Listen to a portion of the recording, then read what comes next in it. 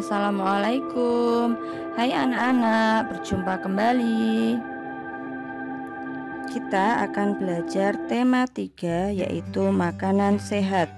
Pada subtema 1 yaitu bagaimana tubuh mengolah makanan.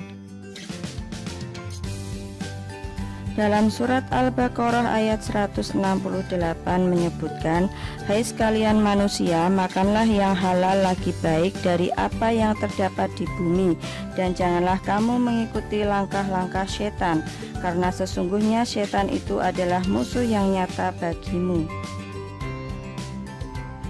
Makanan. Zat makanan disebut juga biomolekul karena merupakan senyawa atau molekul kimia yang dibutuhkan untuk dapat hidup dengan baik. Dikelompokkan menjadi zat makanan makro dan zat makanan mikro. Sistem pencernaan manusia dan hewan.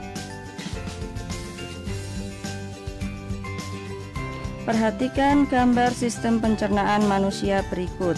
Proses pencernaan makanan ada dua, yaitu pencernaan mekanik dan pencernaan enzimatis atau kimia. Saluran pencernaan terdiri dari mulut, kerongkongan, lambung, usus halus, usus besar, dan anus. Perhatikan penampang gigi berikut. Bagian-bagian gigi terdiri dari gigi seri, gigi taring, gigi geraham depan, dan gigi geraham belakang.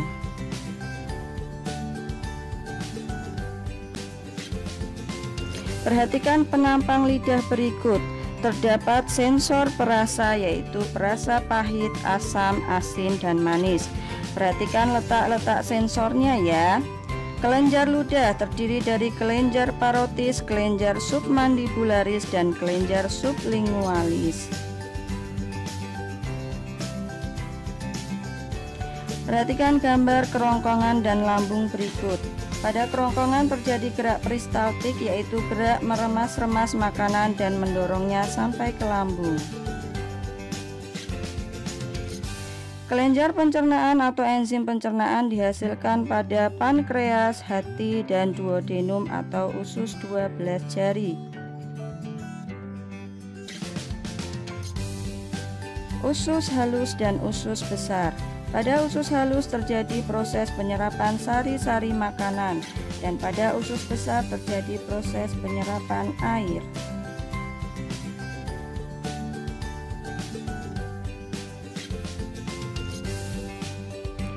Bagian akhir dari sistem pencernaan yaitu rektum dan anus. Rektum terjadi proses defekasi atau pembentukan tinja dan dikeluarkan melalui anus.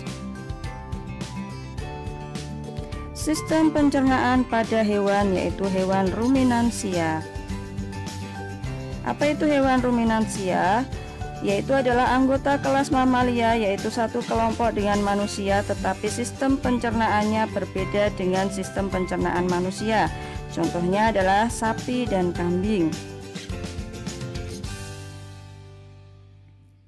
Sistem pencernaan hewan memamah biak. Perhatikan gambarnya. Pada bagian mulut terdiri dari gigi seri, gigi geraham depan, dan gigi geraham belakang. Arah pencernaan pada hewan pemamah biak terdiri atas mulut, esofagus, rumen, retikulum, omasum, abomasum, dan usus. Makanan yang berupa rumput dan semacamnya di mulut dibelit oleh lidah, diringgut dengan gigi seri, kemudian bercampur dengan air liur. Makanan dari mulut ditelan masuk melalui kerongkongan menuju ke perut atau rumen. Makanan disimpan sementara di rumen, kemudian masuk ke dalam perut jala atau retikulum. Di retikulum, makanan dicerna secara kimiawi dan dibentuk menjadi gumpalan kecil, lalu kembali lagi ke mulut untuk dimamah ulang. Kemudian ditelan lagi masuk ke perut kitab atau omasum untuk digiling. Selanjutnya makanan masuk ke dalam perut masam atau abomasum. Makanan dicerna secara kimiawi oleh enzim-enzim. Akhirnya sari-sari makanan masuk ke usus halus, kemudian diserap dan diedarkan oleh darah ke seluruh tubuh. Sisa makanan keluar melalui anus. Pada perut hewan memamah biak terdiri dari 4 ruangan. Yang pertama, rumen atau perut besar, berfungsi sebagai gudang sementara, tempat fermentasi selulosa oleh enzim yang dihasilkan bakteri dan protozoa tertentu, tempat pencernaan protein dan polisakarida. 2. Retikulum atau perut jala berfungsi sebagai tempat pembentukan bolus. 3. Omasum atau perut kitab berfungsi sebagai tempat menghaluskan makanan. Dan keempat, apomasum atau perut masam sebagai tempat pencernaan secara kimiawi. Perhatikan sistem pencernaan pada burung, terdiri dari mulut, kerongkongan, tembolok, lambung kelenjar, empedal, usus, dan kloaka. Sistem pencernaan pada reptil terdiri dari mulut, kerongkongan, lambung, hati, usus, dan kloaka.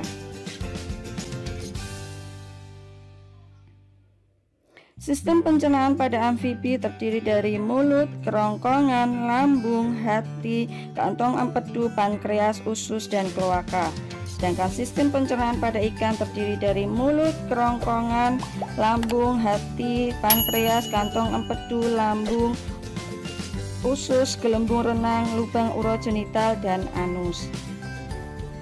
Sekian pembelajaran hari ini. Terima kasih. Sampai jumpa kembali. Wassalamualaikum.